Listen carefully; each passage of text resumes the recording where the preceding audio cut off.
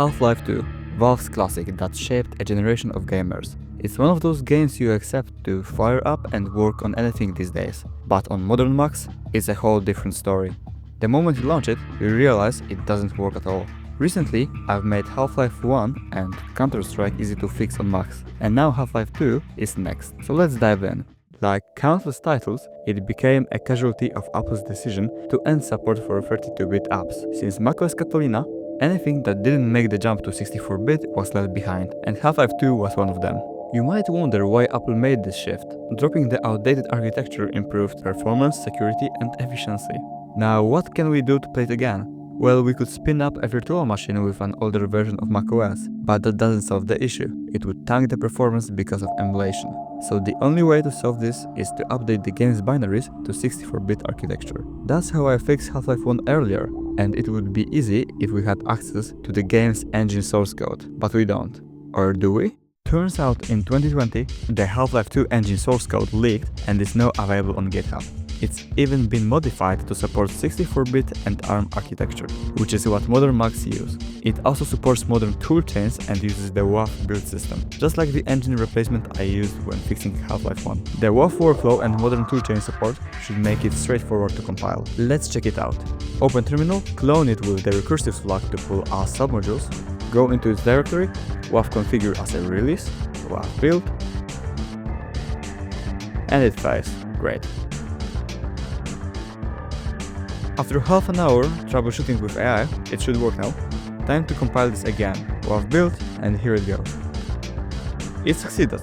Now the last step, WAF install, and let's provide an output directory. It's done. All we have to do now is copy the new files into the Half-Life 2 folder. Launch it? Well, at least it doesn't crash on startup, but this doesn't look playable. I guess that's because of the 20th anniversary update. The update itself was pretty big and the engine source code was leaked before it was released. So let's roll back the game to the pre-anniversary version and try again. Let's try launching it again. And yeah, now it looks much better. So that was the cause. Half-Life 2 works on macOS, but before I put it into the patcher, I need to figure out two issues. First, to build it, I had to modify the source code. I'll need to provide those modifications somehow. The other problem is dependencies. Right now, compilation uses system-wide homebrew packages. I want to avoid this because it clutters the user's Mac just to compile one thing. These need to be replaced with local project-wide dependencies. The first issue is much easier to solve, so it's a problem for later. Let's focus on the dependencies for now. I started by looking for pre-built binaries of those dependencies, but had no luck. Then I thought about how Homebrew handles packages. It doesn't download pre-built binaries, it downloads the source code and builds everything. And since I couldn't find the binaries, that's the approach I decided to go with. So another coding session later, I had an updated WAF build script. This is another change to the source code, so it falls under the first issue. But as I mentioned earlier, providing these changes is much easier to fix. First, I thought about just providing the changes alongside the patcher, but I've got a better solution: patch files. Those allow me to ship only modified parts instead of entire files. I can also create these patch files easily using tools like Beyond Compare. This way I can merge them with the source code right before the build process. Now Half-Life 2 is ready to be put into the patcher. But first the patcher needs a bit of lifting. I started by simplifying some patch detection logic. Then I took the file apart.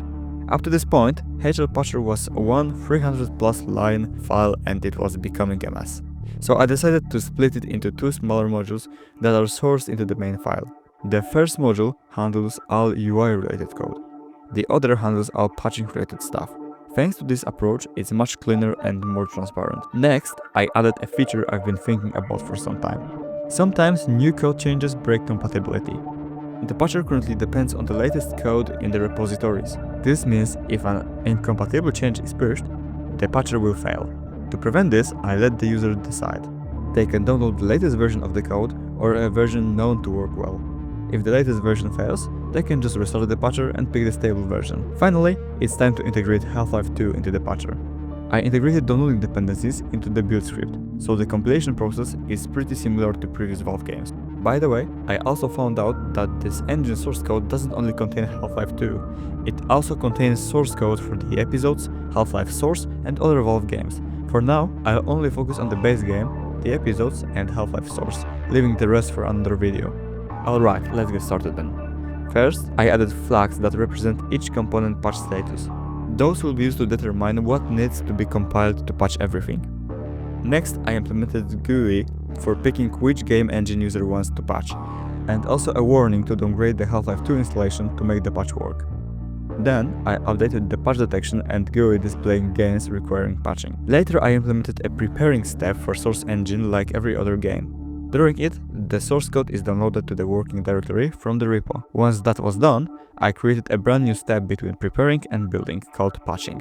In this step, the patcher uses the patch files I mentioned earlier to update the pulled source code. This step is crucial. The code in the repository doesn't build properly on macOS. After that, we compile and install the components almost the same way we would for gold source titles. And we are basically done implementing it. It's time to try it out. So let's fire up the patcher. First, skip the welcome screen, then choose source games patching. Next, downgrade the game. I've already done this, so I'm gonna skip it. Choose the game installation folder and choose if you want to create a backup. I'm going to skip that too. Then I'll stick to latest patching mode, and here we go. Let's start the patching process. It's done. The entire process took about 15 minutes. Now let's check out if Half-Life 2 works.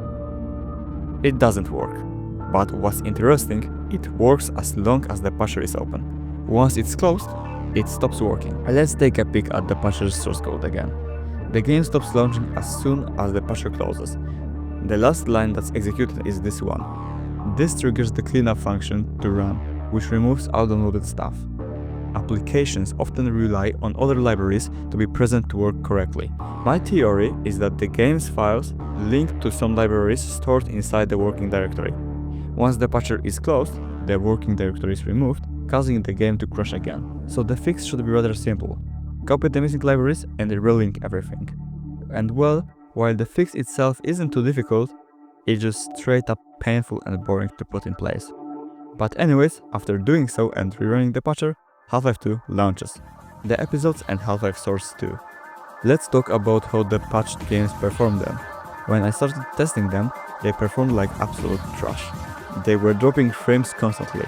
This is a recurring theme for every Source game, but it turns out that after you enable VSync and limit the FPS, the games become playable.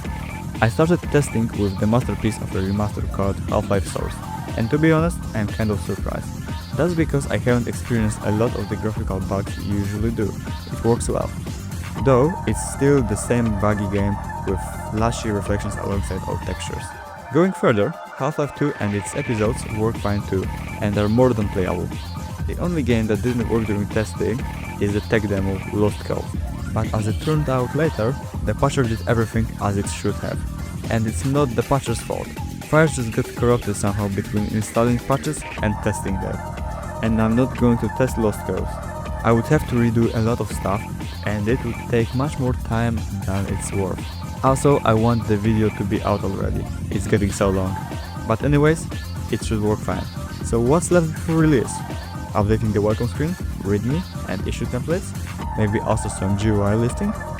Then HLPatcher is ready for 2.0 release with the first batch of source games on board. To be honest, I'm very happy with the result. Those classics are finally working back on Mac. Easy to install, right alongside the originals. But it took quite a bit to figure out everything and develop. Also, that's not everything. The Source Engine leak supports even more games, so the journey continues. The problem now is that HLPatcher's foundation doesn't support it. Gotta rework it first. Coming soon though. If you want to get Half-Life 2 and the episodes working back again on Mac, the link to the patcher is in the description. Feel free to check it out. Anyways, thanks for watching. While you're still here, subscribe, it means a lot to me. And check out this video, you might like it.